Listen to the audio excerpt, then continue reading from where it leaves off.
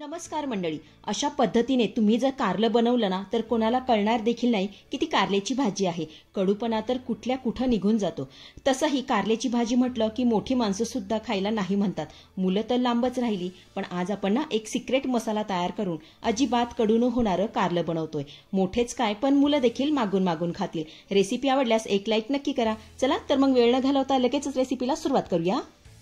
इथं मी मध्यम आकाराची 2 ताजी कारली घेतलेली आहेत. हे बघा. तर सर्वात अगोदर ही कारली ना आपण चिरून घेऊया. अगोदर ना हे टोक कट करून घेऊया. त्यानंतर हा देठही कट करायचा आहे.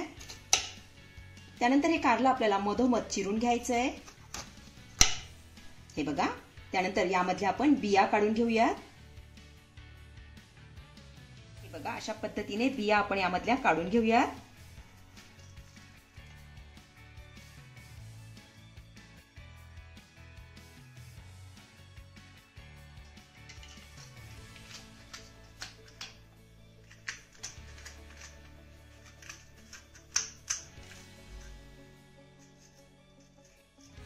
तर इथे तुम्ही बघू शकताय कारल्यामधल्या मी बिया काढून घेतलेल्या आहेत. आता अशाच पद्धतीने आपण सगळ्या कारल्यामधल्या बिया काढून घेऊया.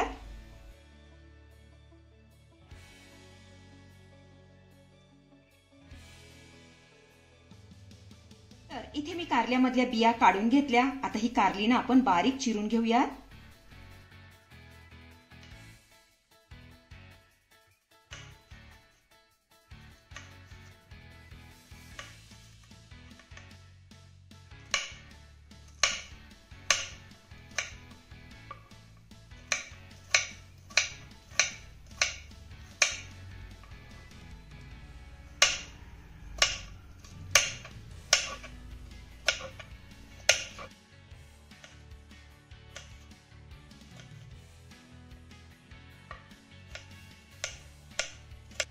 इथे मी ह्या कारल्याच्या मस्त अशा फोडी करून घेतलेल्या आहेत. हे बघा. आपण आता हे कारलं ना एका भांड्यामध्ये काढून घेऊया.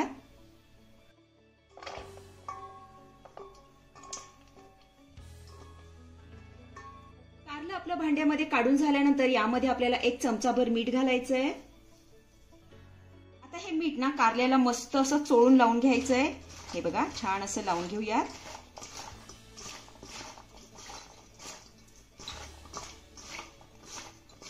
इथे आपल्या कारल्याच्या फोडीला मस्त असं मीठ लावून झाल्यानंतर हे कारलं ना 15 मिनिटं मुरण्यासाठी बाजूला ठेवायचंय. त्यानंतर गॅसवरती कढई ठेवलेली आहे. आता यामध्ये आपल्याला 2 चमचे उडदाची डाळ घालायची आहे. त्यानंतर 1 चमचा चण्याची डाळ यामध्ये घालूया, म्हणजेच हरभऱ्याची डाळ घालायची आहे. त्यानंतर अर्धा चमचा बडीशेप यामध्ये घालूया. त्यानंतर अर्धा चमचा जिरे घालायचंय, अर्धा चमचा धने, त्यासोबतच अर्धा चमचा यामध्ये आपल्याला तीळ घालायचे. आता लो फ्लेम वरती आपल्याला हे सर्व साहित्य मस्त असं खमंग खरपूस भाजून घ्यायचंय.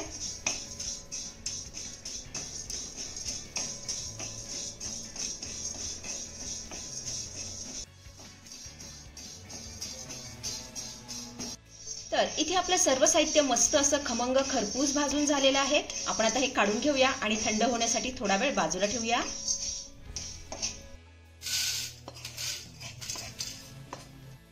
छोटी अर्धी वाटी किसलेलं सुकं खोबरं हे देखील आपल्याला छान असं तांबूस रंगावर भाजून घ्यायचंय.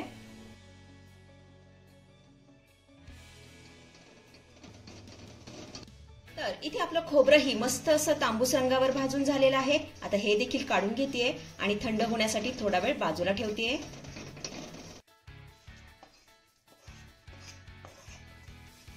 तर इथे आपलं भाजलेलं सर्व साहित्य छान असं थंड झालेलं आहे. आपण आता हे मिक्सरच्या भांड्यामध्ये काढून घेऊया.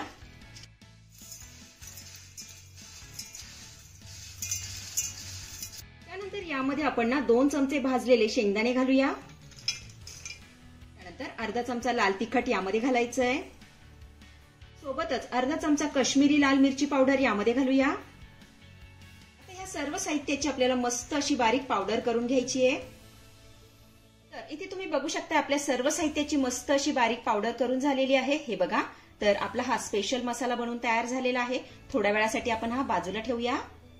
तर इकडे 10 ते 15 मिनिटं झालेली आहेत आणि आपण कारल्याला मीठ लावलं होतं ना, त्यामुळे तुम्ही बघू शकताय कारल्याला मस्त असं पाणी सुटलेलं आहे. हे बघा. आता यामध्ये ना आपल्याला पाणी घालायचंय आणि 2 वेळा हे कारलं मस्त असं धुवून घ्यायचंय.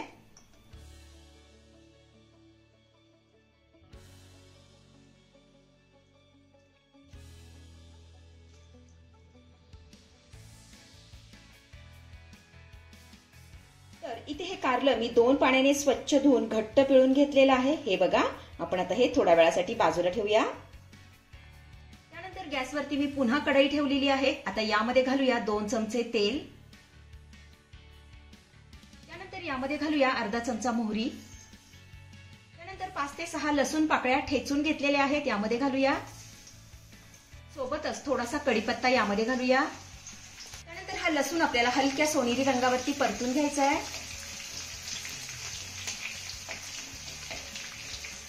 लसूण आपला चांगला हलक्या सोनेरी रंगावरती परतत आला की यामध्ये आपल्याला एक बारीक चिरलेला कांदा घालायचा आहे. आता हा कांदा देखील आपण छान अशा हलक्या सोनेरी रंगावरती परतून घेऊया.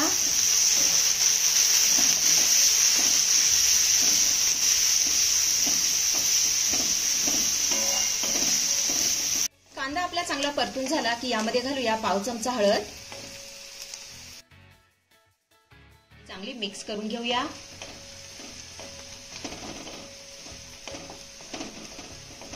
हळद आपली चांगली मिक्स करून झाली की यामध्ये आपण कारल्याच्या फोडी घालूया. कारल्याच्या फोडी घालून झाल्या की ह्या कारल्याच्या फोडीनं आपल्याला मसाल्यामध्ये 2 ते 3 मिनिटं चांगल्या परतून घ्यायच्या.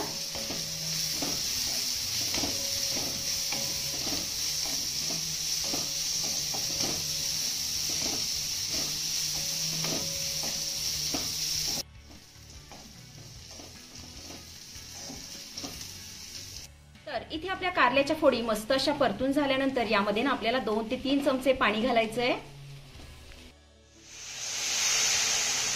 त्यानंतर यामध्ये घालूया चवीपुरतं मीठ. त्यानंतर 1 चमचाभर साखर यामध्ये घालायची आहे. तुम्ही साखरेऐवजी गुळ घातला ना तरी सुद्धा चालेल.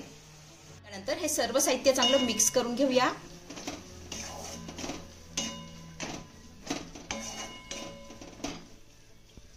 इथे आपलं मीठ आणि साखर चांगली मिक्स करून झाली की यावर आपल्याला झाकण ठेवायचं आहे आणि 5 ते 6 मिनिटे याला चांगली वाफ काढायची आहे. तर 5 ते 6 मिनिटांनंतर यावरचं मी झाकण काढतेय. तर आपल्या ह्या कारल्याला मस्त अशी दणकून वाफ बसलेली आहे. हे बघा, आणि कारलं छान असं मऊसूत देखील झालेलं आहे. आता यामध्ये आपण तयार केलेला मसाला घालूया.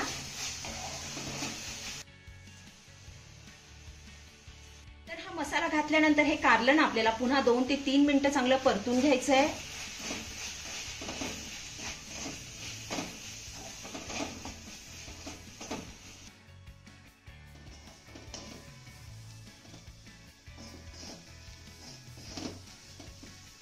तर हे कारलं मी मसाल्यासोबत चांगलं परतून घेतलेलं आहे. तर आपलं हे स्पेशल मसाल्यातलं अजिबात कडू न होणारं कारलं बनवून तयार झालेलं आहे. हे तुम्ही मुलांच्या टिफिनला सुद्धा देऊ शकता. चवीला जबरदस्त लागतं. अतिशय साधी आणि सोपी रेसिपी आहे, नक्की करून बघा. आपण आता ही कारल्याची भाजी काढून घेऊया.